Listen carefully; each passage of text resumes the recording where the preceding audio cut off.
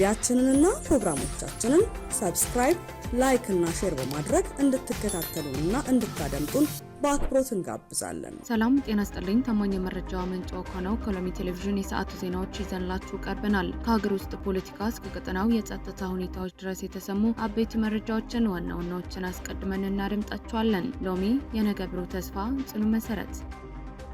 ከፍተኛ የጥሬ ገንዘብ እጥረት በተፈጠረበት ትግራይ ክልል ጥሬ ብር እስከ 25 በመቶ በሚደርስ ኮሚሽን እየተሸጠ መሆኑን ተገለጸ።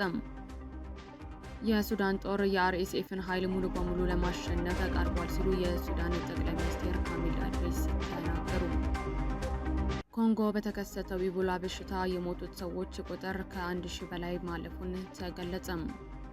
ለአሁን ያዝናቸው አርዕስተ ዜናዎቹ በከፊሉ እነዚሁ ነበሩ። አሁን ደግሞ የክስተቶቹ ዝርዝር መረጃ ምክንያቶችና ተያያዥ ትንታኔዎችን ሰፋ አድርገን ወደምናይበት ወደ ዝርዝር ዜናዎቻችን እንሻገራለን። አብራችሁን ቆዩ። ከፍተኛ የጥሬ ገንዘብ እጥረት በተፈጠረበት ትግራይ ክልል ጥሬ ብር እስከ 25 በመቶ በሚደርስ ኮሚሽን እየተሸጠ መሆኑን ተገለጸ። ከጥቅምት ወር 2018 ዓ.ም ጀምሮ ከፌዴራል መንግስት የሚላከው የድጎማ በጀት መቋረጡን ተከትሎ በትግራይ ክልል ከፍተኛ የጥሬ ገንዘብ እጥረት እየተከሰተ ይገኛል። በክልሉ የሚገኙ ባንኮች ደንበኞቻቸው የሚፈልጉትን ያህል ገንዘብ መስጠት ባለመቻላቸው ነዋሪዎች የዕለት ተዕለት እንቅስቃሴ የሚሆን ጥሬ ገንዘብ ለማግኘት ተጨማሪ ክፍያዎችን ለመክፈል እንደተገደዱ መረጃዎችን ያሳያሉ። የጥሬ ገንዘብ እጥረቱ በተባባሰባቸው እንደ መቀለ፣ አዲግራት፣ አክሱምና አድዋ ያሉ ከተሞች የሚገኙ ባንኮች አብዛኛው ጥሬ ገንዘብ የለንም በማለት ደንበኞቻቸውን እስከ መመለስ መድረሳቸው ነዋሪዎቹ አረጋግጠዋል። በአንጻራዊ እንደ ሽረና ማጮ ባሉ ከተሞች የሚገኙ ባንኮች በቀን ለአንድ ደንበኛ 1000 ብር እየሰጡ ነው። እንደ አላማጣ ያሉ አካባቢዎች የሚገኙ ባንኮች ለደንበኞቻቸው በቀን እስከ 1000 ብር ድረስ ወጪ ማድረግን እንደሚፈቅዱ ታውቋል። ጥሬ ገንዘብ በአፋርና አማራ አዋሳኝ አካባቢዎች ወደ ትግራይ ክልል ገብቶ በኮሚሽን እየተሸጠ ሲሆን የኮሚሽኑ ሽያጭ እንደ ጥሬ ብሩ መጠን ከ5 በመቶ እስከ 25 በመቶ ድረስ እንደሚሸጥ ተረጋግጧል። ኮሚሽኑ ሽያጩ የሚከናወነው በጥሬ ገንዘብ አዘዋዋሪዎች በኩል ሲሆን ለጥሬ ብር የሚፈልጉ አካላት በባንክ ሂሳብ ወይም በሞባይል ባንኪንግ ከ5 እስከ 25 በመቶ የሚደርስ የኮሚሽን ክፍያ ጨምረው በመላክ ጥሬ ገንዘብ ይረከባሉ። የጥሬ ገንዘብ አዘዋዋሪዎች የሚጠይቁት የኮሚሽን መጠን እንደየ አካባቢውና እንደሚፈለገው የብር መጠን ልዩነት ያለው ሲሆን የተፈለገው የገንዘብ መጠን አነስተኛ ከሆነ የኮሚሽኑ መጠን ከ5 እስከ 10 በመቶ ይደርሳል። በመቶ ሺዎች እና በሚሊዮኖች የሚቆጠር ያለው ከፍተኛ ጥሬ ብር በሚፈለግበት ጊዜ የኮሚሽን ክፍያው እስከ 25 በመቶ ድረስ ከፍ ይላል። በተለይም በንግድ ማውጣትና ንግድ ስራ ላይ የተሰማሩ አካላት የዕለት ተዕለት ግብይታቸው በጥሬ ገንዘብ የሚፈጸም በመሆኑ እስከ 25 በመቶ የሚደርስ ተጨማሪ ኮሚሽን በመክፈል ጥሬ ብር እንደሚሰበስቡ ዋዜማ ሬዲዮ ዘግባለች።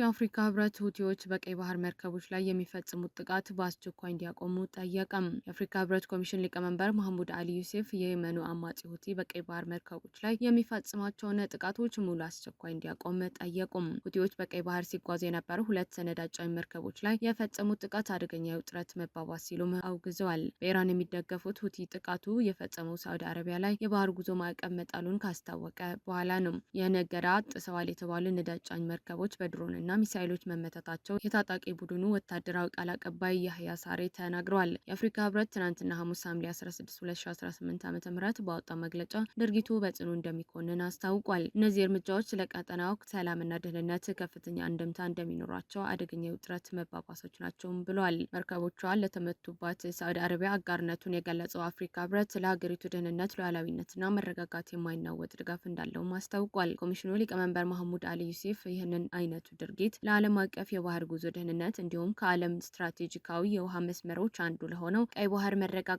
ከፍተኛ ስጋት መሆኑን በአጽንኦት አንስተዋል። ነጻ የመርከብ ጉዞን ለማደናቀፍ የሚደረግ ማንኛውም ሙከራም አውግዟል። በዓለም አቀፍ ህገ መሰረት የባህር ጉዞ ነጻነት፣ ዝውውርና የንግድ መርከቦች ደህንነትና ጥበቃ ሙሉ በሙሉ መከበር እንዳለበትም በመግለጫቸው ጠቅሷል። ሁቲዎች ንግድ መርከቦች ላይ የሚያደርሱት ጥቃት በሙሉ በአስቸኳይ እንዲያቆሙ እንዲሁም ውጥረቱ የበለጠ ሊያባብሱ የሚችሉ የትኛውም እርምጃዎችን ከመውሰድ እንዲቆጠቡ ሊቀመንበሩ ጥሪ አቅርቧል። የባህር ጉዞ የሚመራባቸው ዓለም አቀፍ ህጎች ሙሉ በሙሉ እንዲያከብሩም ጠይቀዋል።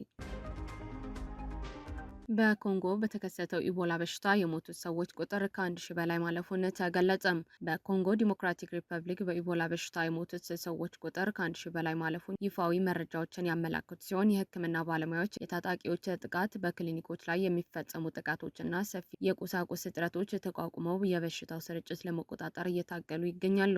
የኮንጎ የህብረት ጤና ኢንስቲትዩት ረቡዕ ዕለት እንዳስታወቀው በኢቦላ በሽታ መያዛቸው የተረጋገጠ ሰዎች ቁጥር ወደ 2536 አድጓል። የሞቱት ሰዎች ቁጥርም ከ1000 አልፎ 1033 መድረሱን አክሎ ገልጿል። ለ17ኛ ጊዜ የተከሰተው የኮንጎ ኢቦላ ወረርሽኝ በግንቦት ወር ላይ ይፋ የተደረገ ቢሆንም ባለሙያዎች ግን የበሽታው ስርጭት ከሳምንታት በፊት መሰራጨት እንደጀመረ ያምናሉ። ወረርሽኙ የተከሰተው እስከ 40 በመቶ የሞት መጠን ባለው ቡድንቢጊዮ አማካኝነት ሲሆን እስካሁን የጸደቀ ክትባት የለም። የጤና ባለስልጣናት ታጣቂ ቡድኖች በሚንቀሳቀሱበት ቀጠናና የበሽታው ማዕከል በሆነችው የምስራቃዊ ኮንጎ ክፍሎች ውስጥ ያለው የጸጥታ ችግር መጋፈጥ ግድ ብሏቸዋል። በአካባቢው የመሰረታዊ ቁሳቁሶች እጥረት ያጋጠመ ሲሆን በአካባቢው ነዋሪዎች አማካኝነት በጤና ተቋማት ላይ ጥቃት ተፈጽመዋል። አንዳንዶች ዘመዶቻቸው ያጡ ቤተሰቦች የሞቱ ወዳጆቻቸው እንዳይቀብሩ በሚከለክሉት የጤና ገደቦች ምክንያት ማዘናቸው ተገልጿል።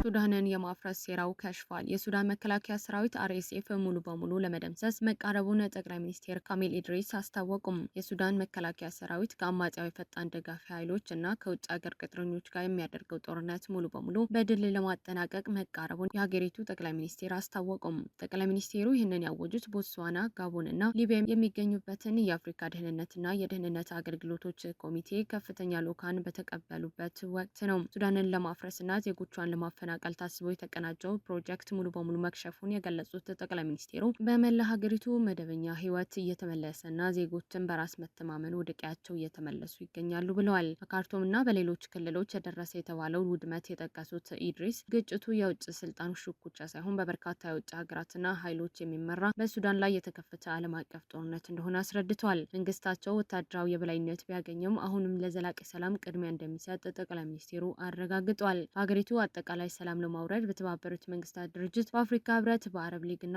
በቫቲካን የሚደገፈው የሰላም ጥረት መንግስታቸው እንደሚደግፍ ገልጿል። የሱዳን ተወካዮች በሌሉበት በአውሮፓና በሌሎች ቀጠናዊ ከተሞች የሚካሄዱ የሰላም ጉባኤዎች ቀኝ ግዛታዊና ዘረኝነት የተሞላባቸው ሲል ያወገዙ ሲሆን እኛ በሌለንበት ስለ ሱዳን እድል መወሰን አትችሉም፣ ሰላም ማውረድ ከተፈለገ ወደ ሱዳን መምጣት ያስፈልጋል ሲሉ አስጠንቅቋል። የሀገሪቱ የፖለቲካ መደላደልና የወደፊት እድል ለመወሰን ያለ ውጭ ጣልቃ ገብነት የሚካሄድ አጠቃላይ የሱዳናውያን እርስ በርስ ውይይት በቅርብ ቀናት ውስጥ እንደሚጀመር ይፋ አድርጓል።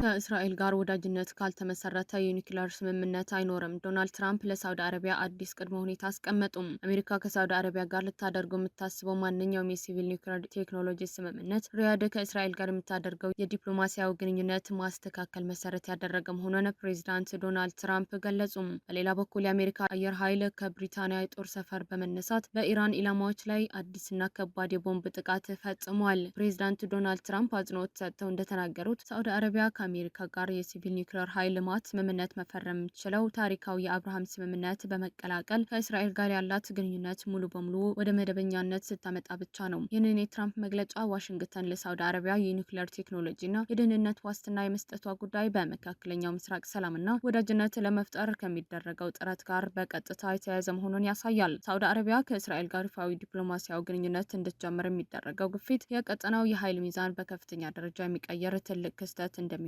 ይጠበቃል። በኢራን ላይ የተከፈተው ወታደራዊ ዘመቻ ባፋጠኑበት በዚህ ወቅት የዩናይትድ ስቴትስ የአየር ኃይል ቢ1 ስትራቴጂክ የቦምብ ጣይ አውሮፕላኖች በኢራን ኢላማዎች ላይ አዲስ የአየር ጥቃት ፈጽመዋል። እስከ 24 የሚደርሱ የ2000 ፓውንድ ከባድና ትክክለኛ ኢላማ የመምታት አቅም ያላቸው እነዚህ አውሮፕላኖች ተልዕኳቸው የጀመሩት በግላስ አርኤኤፍ ፌርፎርድ የአየር ኃይል ጣቢያ ሲሆን እንቅስቃሴያቸው በበረራ መከታተያ ድረገጾች ላይ ታይቷል። አሜሪካ ከመርከቦች የሚተኮሱ የክሩዝ ሚሳኤሎች ክምችቶቿን ለመቆጠብና ፈጣንና ከባድ ውድመት የሚያደርሱ ቦምበሮችን በቅርብ ርቀት ለመጠቀም ሲባል የብሪታንያን ወታደራዊ ጣቢያዎች በስፋት ማሰማራት ጀምራለች። ዩናይትድ ኪንግደም አዲሱ ጠቅላይ ሚኒስትር አንዲ ብርሃም ስልጣን ከያዙ በኋላ የቀደሙትን ጠቅላይ ሚኒስትር ኬር ስታርመር ፖሊሲ በመከተል አሜሪካ የብሪታንያን ወታደራዊ ጣቢያዎች እንድትጠቀም ፈቃድ ሰጥቷል። በእንግሊዝ የሚገኘው አርኤኤፍ ፌርፎርድ እና በህንድ ውቅያኖስ የሚገኙ ዲያጎ ጎርሻ ጣቢያዎችን ለአሜሪካ ወታደራዊ በረራዎች ክፍት ሆኗል። የብሪታንያ መንግስት ጣቢያዎችን እንዲያገለግሉ የተፈቀደው የኢራን ሚሳኤል ስጋትን ለመግታትና በሆርሙዝ ወሽመጥ የመርከቦችን እንቅስቃሴ ደህንነት ለመጠበቅ ለሚደረጉ የመከላከል ጥቃቶች ብቻ ነው ቢልም ውሳኔው በሀገሪቱ ፖለቲካ መድረክ ላይ ከፍተኛ ውዝግብ ፈጥሯል። ውድ የሎሚ ቴሌቪዥን ተከታታዮች ለዛሬ ያዝናቸው አበይት መረጃዎችንና ትንታኔዎችን እነዚህ ይመስሉ ነበር። በዜናዎቻችን ላይ ያላችሁ ማንኛውም አስተያየት በኮሜንት መስጫው ላይ እንድታጋሩ እንጋብዛችኋለን። መረጃዎችን በፍጥነትና በታማኝነት ለሌሎች እንዲደርሱ ቪዲዮውን ላይክና ሼር ሼር ማድረጋችሁን እንዳትረሱም። በየሰዓቱ የሚወጡ አዳዲስና ትኩስ መረጃዎችን ለማግኘት ደግሞ ቻናላችንን አሁኑኑ ሰብስክራይብ ያድርጉም። ቀሪውን ጊዜ ሰላማዊና መልካም ጊዜ ይሁንላችሁ።